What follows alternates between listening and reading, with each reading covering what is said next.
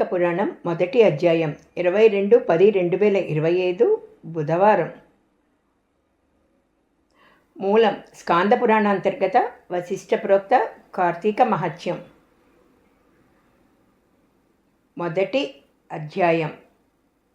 శ్రీమదఖిల అండకోటి బ్రహ్మాండమందలి ఆర్యావర్తమందు నైమసారణ్యంలో సౌనకాది మహామునులతో ఒక ఆశ్రమాన్ని నిర్మించుకుని సకల పురాణాలు పుణ్యచరిత్రలు వారికి వినిపించుచు సూత మహాముని కాలం గడుపుతూ ఉన్నాడు. ఒకనాడు సౌనకాది మహామునులు గురుతుల్యుడైన సూత మహాముని చూసి, ఆర్య, తమ వల్ల మేము అనేక పురాణాతి ఇతిహాసాలు వేదాంగాల రహస్యాలు సంగ్రహంగా గ్రహించాము.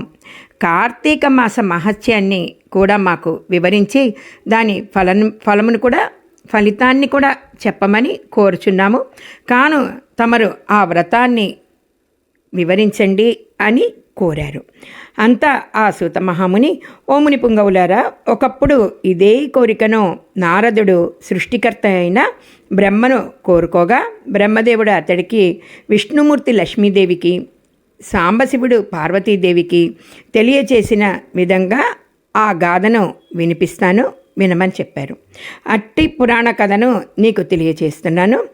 ఈ కథను వినుట వలన మానవులకు ధర్మార్థములు కలుగటే కాక ఇహమందును సౌఖ్యము పరమందు మోక్షము కూడా పొందుతారు.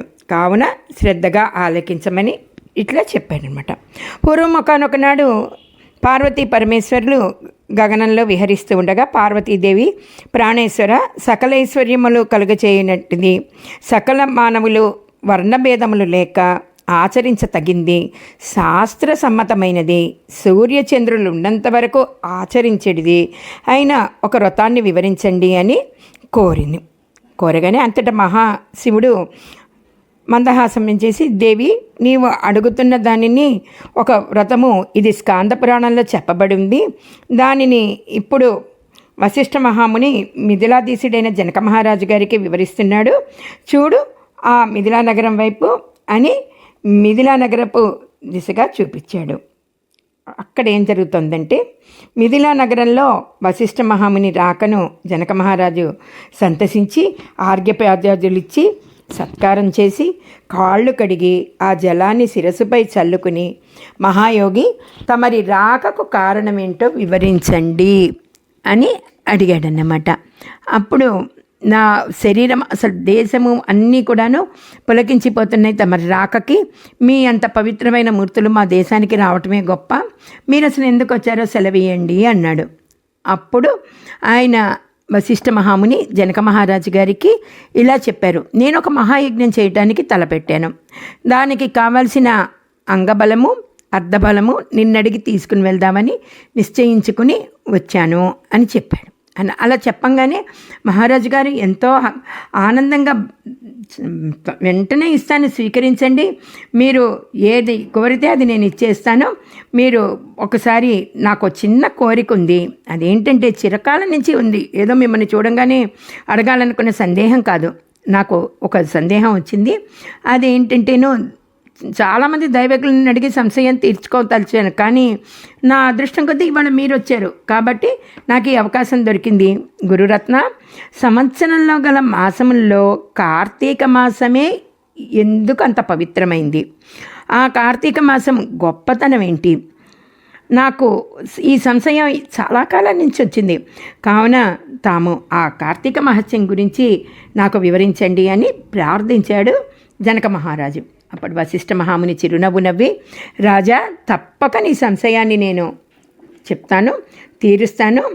ఈ వ్రతకథను సకల మానవులు ఆచరించతగింది, సకల పాపహరమైనది.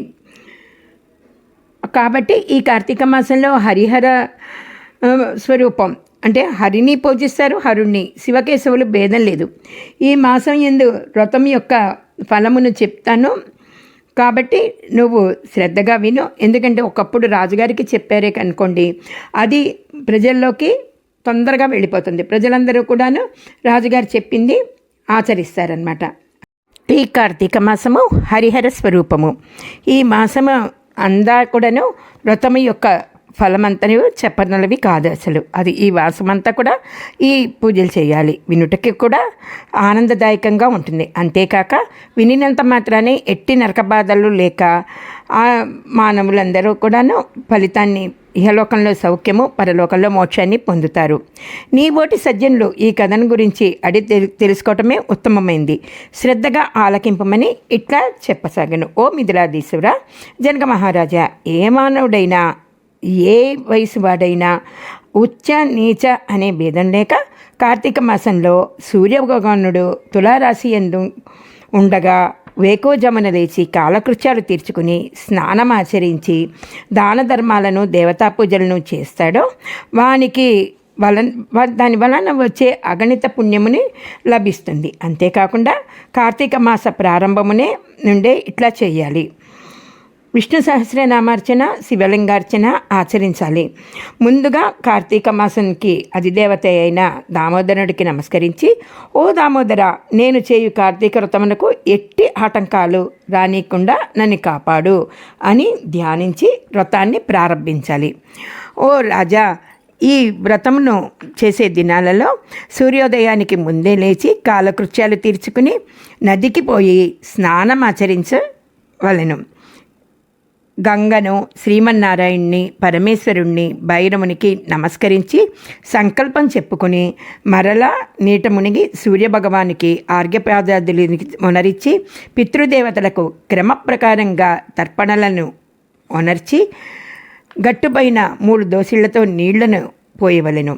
ఈ కార్తీక మాసంలో పుణ్యనదులైన గంగా, గోదావరి, కృష్ణ, కావేరి, తుంగభద్ర, యమున మున్నగు నదులలో ఏ ఒక్క నదులనైనా కూడాను స్నానమాచరించిన ఎడల గొప్ప పుణ్యము కలుగుతుంది, గొప్ప ఫలాన్ని కలుగుతుంది. తడి బట్టలు వీడి మడి బట్టలు కట్టుకుని శ్రీ మహావిష్ణువుకి ప్రీతికరమైన పుష్పాలను తానే స్వయంగా కోసి తెచ్చి నిత్య ధూప దీప నైవేద్యాలతో భగవంతుని పూజ చేసుకుని గంధము తీసి భగవంతునికి సమర్పించి తాను కూడా బొట్టు పెట్టుకుని పిమ్మట అతిథి అభాగ్యతలను పూజించి వారికి ప్రసాదమిడి తన ఇంట వద్ద కానీ దేవాలయం నందు కానీ లేక రావి చెట్టు మొదలయందు కానీ కూర్చుని కార్తీక పురాణాన్ని చదవవలను. ఆ సాయంకాలం సంధ్యావందనం అనర్చి శివాలయం మందు కానీ, విష్ణాలయం మందు కానీ లేక తులసికోట వద్ద కానీ దీపారాధన చేసి శక్తిని బట్టి నైవేద్యంను తయారు చేయించి స్వామికి సమర్పించి అందరికీ పంచిపెట్టి తర్వాత తాను భుజించవలెను. మరునాడు మృష్టాన్నముతో భూసంతృప్తిని చేయవలెను. ఈ విధంగా వ్రతమాచరించిన స్త్రీ పురుషులకు పూర్వజన్మమందు ప్రస్తుత జన్మమందు చేసిన పాపములు పోయి మోక్షమును పొందెదరు. ఈ వ్రతము చేయుటకు అవకాశం లేని వారలు వ్రతము చేయువారలను చూచి వారికి నమస్కరించిన కూడా వారికి కూడా తత్సమానమైన ఫలితాన్ని దక్కుతుంది. ఇట్లు స్కాంద పురాణ అంతర్గత వశిష్ఠ ప్రోక్త కార్తీక మహత్య మండలి మొదటి అధ్యాయము. మొదటి రోజు పారాయణం సమాప్తం. సర్వం శ్రీ హరిహర అర్పణం. నిషిద్ధ పదార్థములు: ఉల్లి, ఉసిరి, చల్ల, ఎంగిలి, చల్లని వస్తువులు. దానములు: నెయ్యి, బంగారం,